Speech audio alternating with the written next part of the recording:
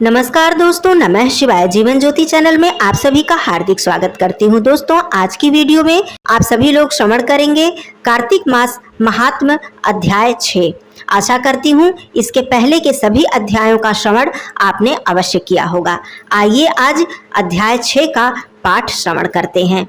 शांताकारं भुजगशयनं पद्मनाभं सुरेशं विश्वाधारं गगनसदृशं मेघवर्णं शुभांगं लक्ष्मीकान्तं कमलनयनं योगभिर्ध्यानगम्यं वन्दे विष्णुं भवभयहरं सर्वलोकैकनाथम्।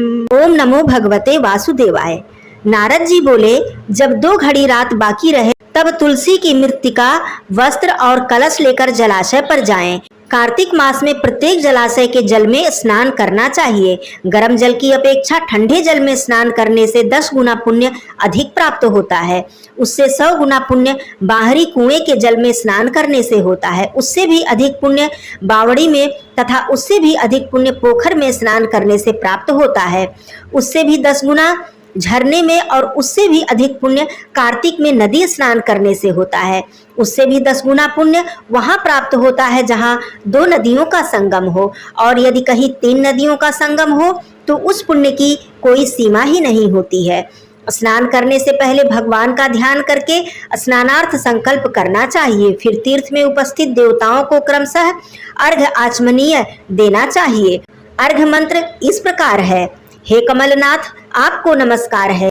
हे जलाशायी भगवान, आपको प्रणाम है। हे ऋषिकेश, आपको नमस्कार है। मेरे दिए अर्घ्य को आप ग्रहण करें। बैकुंठ, प्रयाग तथा बद्रिकाश्रम में जहाँ कहीं भी भगवान विष्णु जी गए वहाँ उन्होंने 3 प्रकार से अपना पांव रखा था।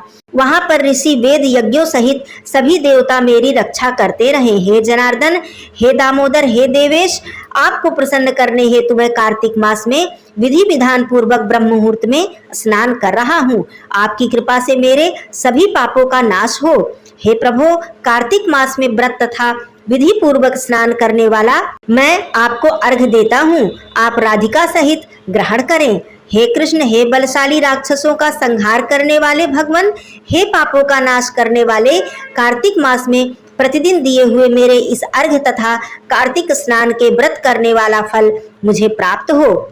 तत्पश्चात भगवान विष्णु, भगवान शिव तथा भगवान सूर्य जी का ध्यान करके जल में प्रवेश कर नाभि के बराबर जल में खड़े होकर विधि पूर्वक स्नान करना चाहिए। गृहस्थी को तिल और आंवले का चूर्ण लगाकर तथा विधवा स्त्री को तुलसी की जड़ की मिट्टी लगाकर स्नान करना चाहिए। सप्तमी, अमावस्या, नवमी, त्रयोदशी, द्वितीया, दशमी आदि तिथियों को आंवला तथा तिल से स्नान करना वर्जित है।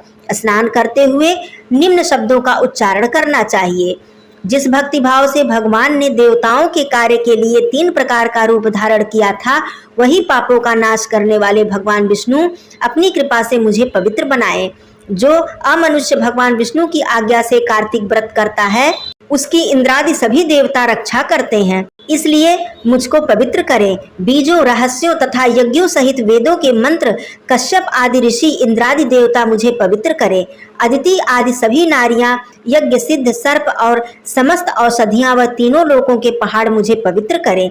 इस प्रकार यह कहकर स्नान करने के बाद मनुष्य को हाथ में पवित्री धारण करके देवता, ऋषि, मनुष्यों तथा पितरों का विधि पूर्वक तर्पण करना चाहिए। तर्पण करते समय तर्पण में जितने तिल रहते हैं उतने वर्ष पर्यंत व्रती के पितृगण स्वर्ग में निवास करते हैं। उसके बाद व्रती को जल से निकलकर शुद्ध वस्त्र धारण करने चाहिए। सभी तीर्थों, सभी कार्यों से निवृत्त होने के बाद पुनः भगवान विष्णु का पूजन करना चाहिए। सभी तीर्थों के सारे देवताओं का स्मरण करने से भक्ति पूर्वक सावधान होकर चंदन, फूल और फलों के साथ भगवान विष्णु को फिर से अर्घ्य देना चाहिए।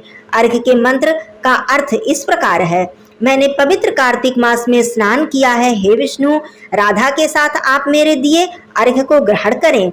तत्पश्चात चंदन, फूल और तांबूल आदि से वेद पाठी ब्राह्मणों का श्रद्धा पूर्वक पूजन करें और बारंबार नमस्कार करें। ब्राह्मणों के दाएं पांव में तीर्थों का वास होता है, मुख में वेद और समस्त अंगों में देवताओं का वास होता है।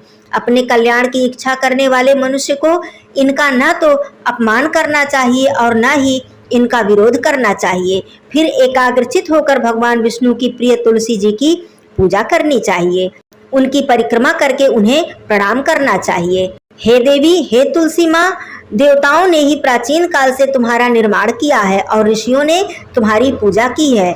हे विष्णु प्रिया तुलसी, आपको नमस्कार है। आप मेरे समस्त पापों को नष्ट करो। इस प्रकार जो मनुष्य भक्ति पूर्वक कार्तिक व्रत का अनुष्ठान करते हैं वे संसार के सुखों का भोग करते हुए अंत में मोक्ष को प्राप्त करते हैं। एक बार ब्रह्मा जी ने नारद जी को कार्तिक माह के विषय में बताते हुए कहा कि कार्तिक माह भगवान विष्णु जी को सदैव ही प्रिय है।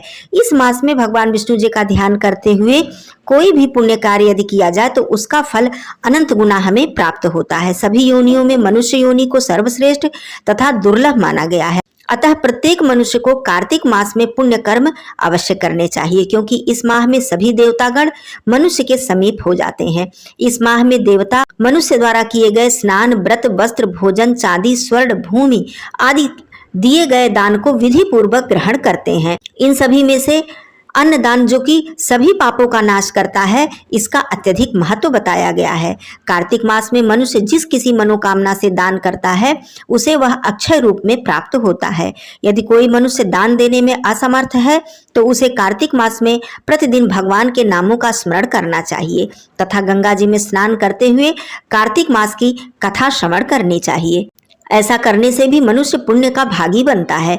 इस माह में भगवान को प्रसन्न करने के लिए किसी भी मंदिर में भजन कीर्तन करना चाहिए, स्वयं दीपदान करना चाहिए तथा दूसरों के दीपक की रक्षा करनी चाहिए। भगवान का सायुज तथा मोक्ष पद प्राप्त करने के लिए तुलसी तथा आंवले के वृक्ष को भगवत स्वरूप मानकर उनकी पूजा करनी चाहिए। जो मनुष्य कार्तिक मास में जमीन पर शयन करता है उसके सभी पाप युगों युगों के लिए नष्ट हो जाते हैं। मनुष्य सूर्योदय काल में जागरण करके गंगा में स्नान करके करोड़ों जन्मों के कल्मशों को धो डालता है। कार्तिक मास में प्रतिदिन इस प्रकार भगवान का कीर्तन करें। कार्तिक मास में गीता का पाठ करने से बड़ा कोई पुण्य नहीं है। 7 समुद्रों तक की पृथ्वी को दान करके जो फल प्राप्त होता है वही फल कार्तिक मास में स्नान व दान का है। कार्तिक मास में अन्नदान को सर्वश्रेष्ठ कहा गया है, क्योंकि यह संसार अन्न के आधार पर ही जीवित रहता है। प्राचीन काल में द्रविड़ देश में बुद्ध नामक एक ब्राह्मण निवास करता था। उसकी स्त्री बहुत ही दुष्टा तथा दुराचारी थी। उसके संग दोष से पति की आयु क्षीण होकर वह मृत्यु को प्राप्त हो गया। पति की मृत्यु के पश्चात भी वह स्त्री घृणित कार्यों में लगी रही। लोक निंदा से उसे तनिक भी लज्जा नहीं आती थी। उसका न तो कोई पुत्र था और न ही कोई भाई। वह सदैव भिक्षा से प्राप्त अन्न को ही ग्रहण करती थी तथा अपने हाथ से बनाए हुए शुद्ध भोजन को भी न खाकर मांग कर लाए गए बासी भोजन को ही ग्रहण करती थी। वह तीर्थ यात्रा से भी सदा दूर रहती थी और न ही उसने कभी मंदिर में जाकर कथा प्रवचन का श्रवण ही किया। एक दिन कुत्स नामक एक विद्वान ब्राह्मण भ्रमण करते हुए वहां आए। उस ब्राह्मणी को निंदित कार्यों में लिप्त देखकर उन्होंने पूछा, ओ मूर्ख स्त्री, तू मेरी बात ध्यान पूर्वक सुन। यह शरीर पानी के बुलबुले की भांति है। एक दिन इसका नष्ट होना निश्चित है। यदि तू इस अनित्य शरीर को नित्य मानती है तो अपने मन में बैठे इस मोह का विचार तू त्याग दे। सबसे श्रेष्ठ देवता भगवान विष्णु जी का चिंतन करके उन्हीं की लीला कथा को आदर पूर्वक सुन। कार्तिक मास आने पर भगवान दामोदर को प्रसन्न करने के लिए स्नान दान आदि करके दीप दान दे और भगवान विष्णु की परिक्रमा करके उन्हें प्रणाम कर। यह व्रत विधवा और सौभाग्यवती स्त्री सभी के करने योग्य है। इससे समस्त पापों तथा उपद्रवों का नाश हो जाता है। तू मेरी बात मान, निश्चय ही कार्तिक में दीपदान कर। इससे तू निश्चित रूप से भगवान विष्णु जी की कृपा प्राप्त कर लेगी। इस प्रकार कहकर वह कुत्स ब्राह्मण वहां से चले गए। अब उस दुराचारी ब्राह्मणी ने भी पश्चाताप करते हुए यह निर्णय किया कि वह कार्तिक मास व्रत अवश्य ही करेगी। कार्तिक मास आने पर उसने पूरे माह प्रातः काल सूर्योदय के समय स्नान और दीपदान किया। कुछ समय पश्चात आयु समाप्त होने पर वह मृत्यु को प्राप्त हुई और स्वर्गलोक में गई। समयानुसार वह भी मुक्ति को प्राप्त हो गई। जो व्यक्ति कार्तिक व्रत में तत्पर होकर दीपदान के इस इतिहास का श्रवण करता है और स्वयं भी दीपदान करता है उसे मोक्ष अवश्य ही प्राप्त होती है। बोलिए श्री हरि विष्णु भगवान की जय। माता लक्ष्मी मैया की जय। मेरे सभी भाई बहनों को कार्तिक मास की हार्दिक शुभकामनाएं।